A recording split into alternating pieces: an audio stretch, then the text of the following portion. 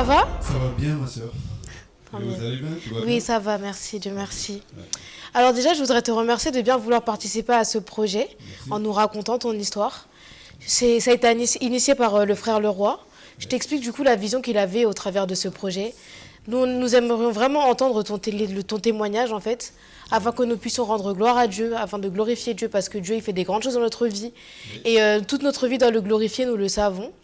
Et du coup aussi, ça permettrait de montrer la manière dont le Saint-Esprit agit au travers de notre Église, Amen. notamment l'Église des rachetés par le sang de Jésus. Amen. Et on espère ainsi pouvoir inciter d'autres personnes à venir à l'Église et surtout à Jésus-Christ pour qu'ils puissent être sauvés et qu'ils puissent expérimenter la puissance de notre Seigneur. De la même manière que le sang de Jésus nous a permis d'avoir la victoire, Ouais. nous croyons aussi que les témoignages sont un moyen pour vaincre le mal, comme Amen. le péché ou de briser les chaînes. C'est Exactement. comme c'est dit conformément dans la parole de Apocalypse 12 au verset 11. Alors, du coup, est-ce que toi, tu as une histoire, tu as un témoignage qui montre cette victoire de Jésus dans ta vie? Oui, exactement. Oui, gloire à Dieu. Ah, Est-ce que tu pourrais commencer par te présenter alors, s'il te plaît? ok. Merci beaucoup de m'avoir accueilli. Avec plaisir, merci à toi. Moi, je m'appelle le frère Bernie. Le nom de mon baptême, c'est Gédéon.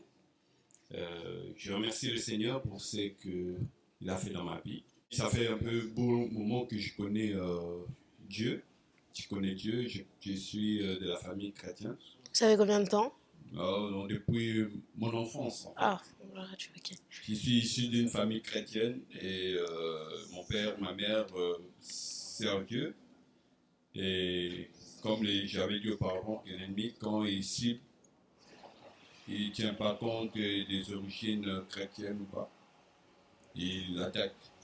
Et Je vois. moi, j'étais parmi les victimes où l'ennemi a pu atteindre dans sa cible. J'étais parmi les victimes. Et je remercie, je suis aussi fier aussi de parler de mon témoignage Ah, et Dieu. que les âmes soient aussi édifiées. Nous sommes fiers aussi, merci beaucoup. Ok. Du coup, ça fait longtemps que vous êtes quand tu es arrivé dans l'église, pardon. Ça fera presque une année, quelques mois que je suis dans l'église rachetée par le Seigneur. D'accord. Et comment t'as connu l'église alors? Premièrement, je connais l'église. Pour commencer mieux, je commence directement mon témoignage. Et je Mhm. connais l'église au travers d'un ami, Oui, d'un frère et un ami qui s'appelle Olivier, que je salue. Euh, c'est lui qui m'a connecté à l'homme de Dieu. Ça a commencé comment? Olivier me connaît bien, très bien depuis le pays. Il connaît ma vie, il connaît comment j'ai vécu. Une fois, il est venu en raison en raison professionnelle. Il est venu ici en France. Un jour, je l'ai bien accueilli chez moi. Il est venu, me voyant moi et voyant aussi ce que j'étais, ça a fait un déclic. d'accord, ok. Ça a fait un déclic. Il ne supportait pas. Il faisait, comment on appelle, il faisait une étude personnelle de moi, Avec toi-même? ouais, D'accord. sans me dire.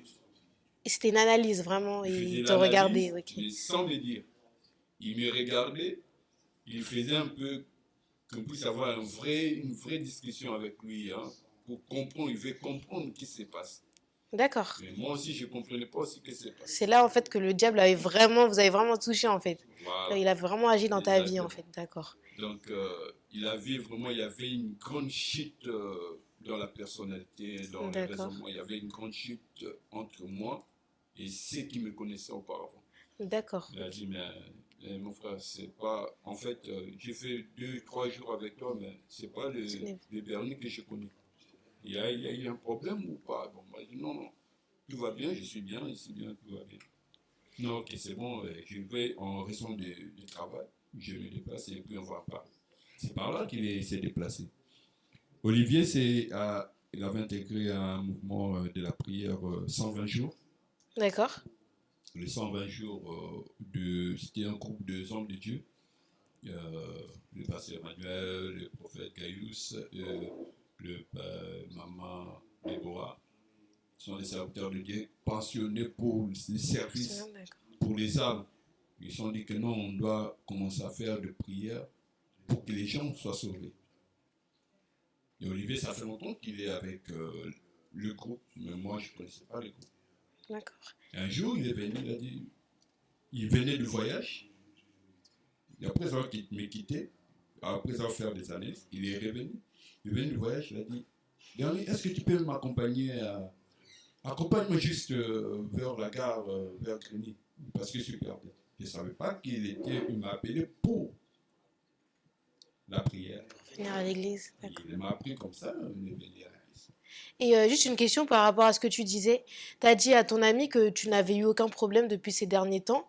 Ouais. C'est parce que tu n'en avais pas conscience ou c'est parce que tu voulais pas lui dire? J'avais mes soucis, mais je ne voulais pas le montrer, mais je voulais le mettre à l'aise, de manière qu'il puisse se localiser et aller dans son lieu de travail qui était destiné déjà pour lui. D'accord. Donc tu avais bien conscience qu'il y avait un problème, il y avait quelque chose qui te gênait. J'étais conscient qu'il y avait un problème. D'accord. Mais je gérais tout d'abord moi-même et je gérais aussi avec la famille. D'accord. Tu n'avais pas impliqué Dieu à ce moment-là? J'avais impliqué. Tu étais dans la prière déjà? J'étais dans la prière. Mais ça marchait pas? Ça marchait pas. D'accord, ok. Je priais, mais ça marchait pas. D'accord. Mais c'est par contre, je reviens dans le témoignage. Oui, bien sûr. Et quand je l'ai accompagné dans les séances de prière. Donc c'était ici, on est d'accord? C'était ici à Paris. Oui. Dans notre église, non? Ils ont loué une salle. Mais c'est l'église des rachetés aussi ou c'est... L'église des rachetés, oui, c'était l'église des rachetés. Et c'était l'ensemble de 3 hommes de Dieu, l'église des rachetés, et l'autre avec son église. Ils se sont fait un groupe comme une campagne d'évangélisation en fait. D'accord. Quand il y a campagne d'évangélisation, il y a l'ensemble de plusieurs églises qui vous fait un bloc pour délivrer le peuple de Dieu. Oui, c'était une sorte comme ça, c'était mentionné 120 jours. Dans 120 jours affilés de prière. Prière. Moi, je ne savais pas qu'ils étaient dans leur programme de prière. C'est par là qu'il m'a amené. Viens juste m'aider, puis je suis perdu. Je ne connais pas l'adresse. C'est le dernier jour, je veux que tu puisses m'aider.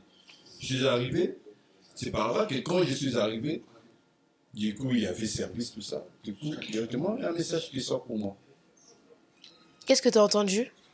C'était quoi le message, tu te souviens? Ce qui t'a marqué? Pour être pas trop profondément dans le message, mais il m'a dit tu es un homme béni, c'est tout. Après, eh bien, j'ai vu quelque chose pour toi, tu es un homme béni, j'étais passé une état à toi.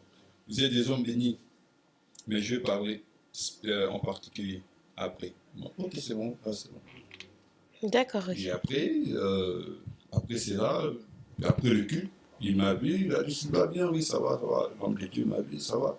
Ok, il était par là. L'homme de Dieu, le pasteur Emmanuel? Ou c'est un autre pasteur? Bien l'histoire. C'était le pasteur Emmanuel a fait un grand travail. D'accord. Parce qu'il faut bien préciser la chose. Ok, d'accord, tu m'as tout. L'homme de Dieu, le prophète Gaius, c'était un prophète qui a vu, il a flashé. Tu vois qu'on appelle flasher. Il a vu, il a flashé. D'accord. Il m'a dit, j'ai vu ça dans ta vie. Mais je vais te confier mon travail, je travaille passer mon travail à toi. Je suis serviteur, le pasteur Emmanuel est serviteur, comme maman Déborah est serviteur. Je te confie au travers de l'homme de Dieu, le pasteur Emmanuel. D'accord. Exactement, comme l'histoire est. Et c'est par là qu'il m'a confié chez l'homme de Dieu, le pasteur Emmanuel. D'accord. Le prophète Gaius, il a donné le message, et le pasteur Emmanuel, il a fait ce qu'on appelle le travail complet dans ma vie. D'accord. Et donc aujourd'hui, vous voyez un réel changement. Ça s'est fait en combien de temps? Le travail complet, comme tu dis. Ça s'est fait en l'espace d'une année. En un an? En un an. Et au courant de cette année, tout s'est déclenché un à un. D'accord. Si je peux entrer dans le sujet du témoignage. Oui, bien sûr, c'est ce qu'on attend, ce qu'on espère. Le témoignage est ceci. L'homme de Dieu, le prophète Gaius, il avait vu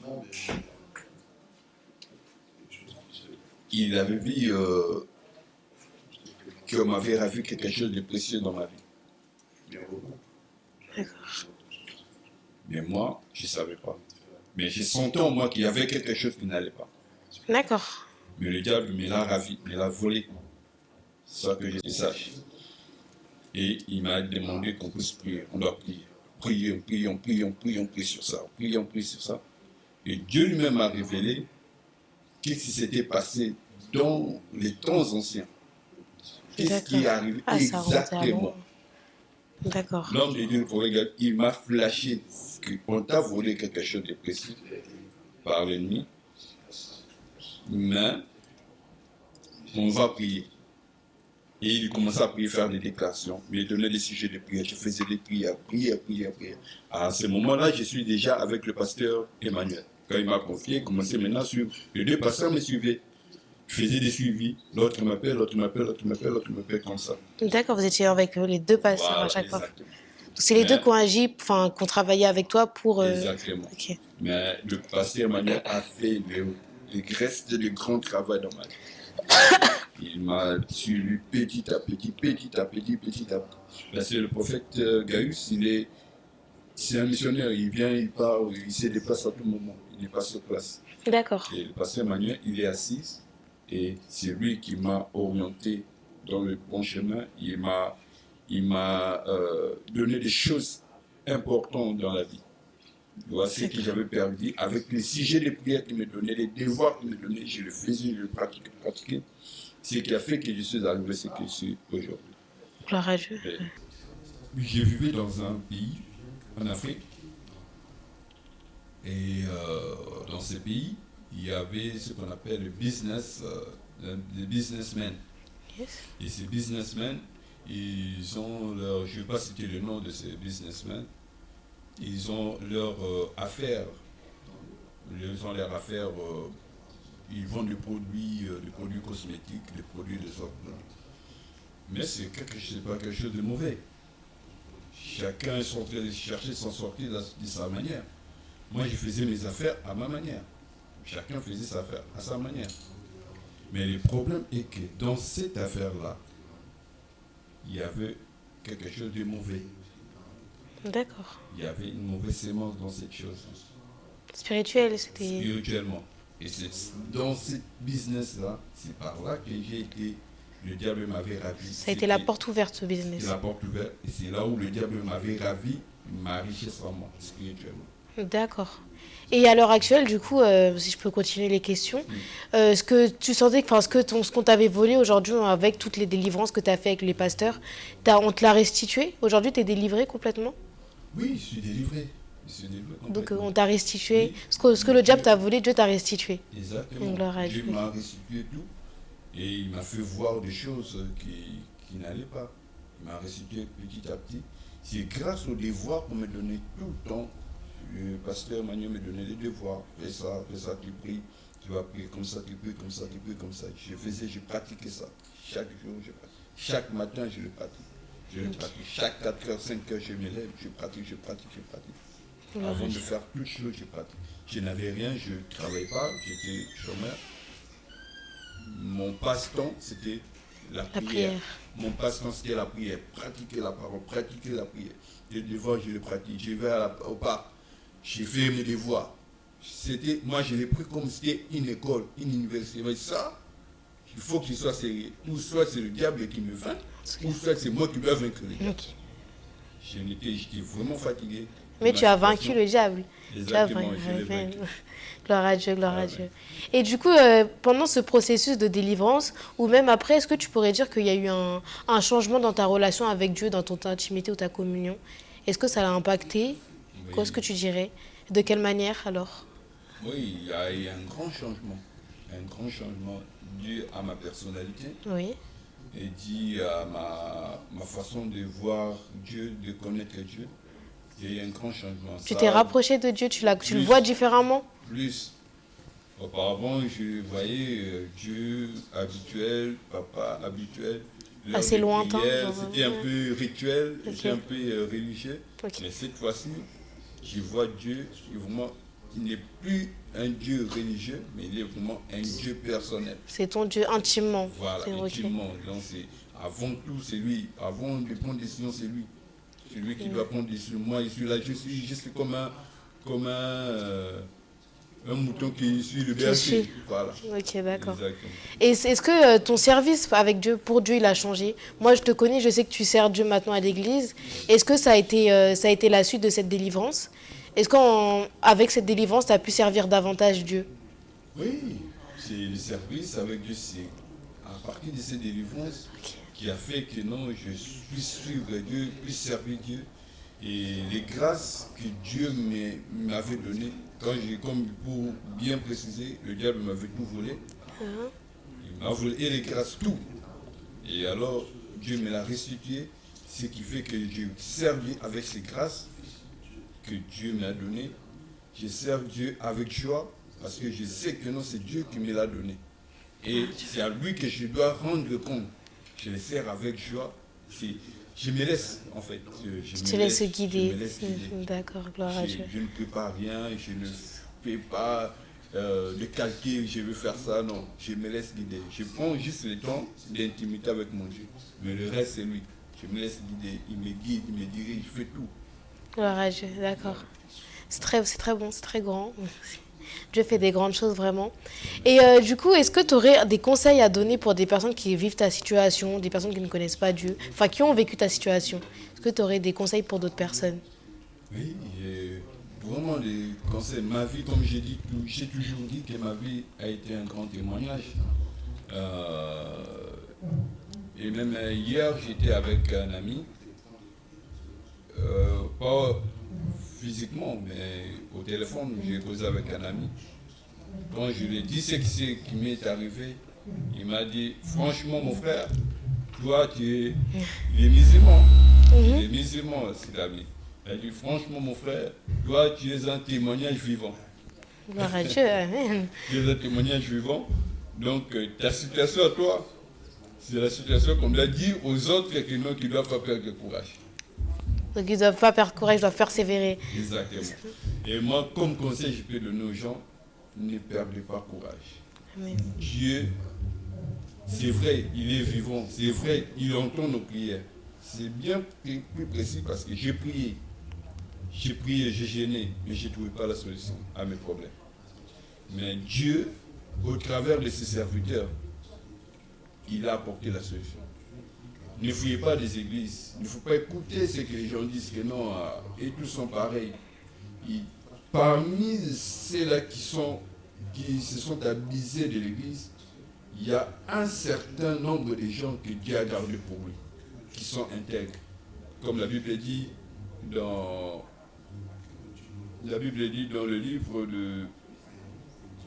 livre d'Élie, je crois, Élie, quand Dieu dit à Élie, quand Élie fouillait Jézabel, Élie dit à Dieu, tous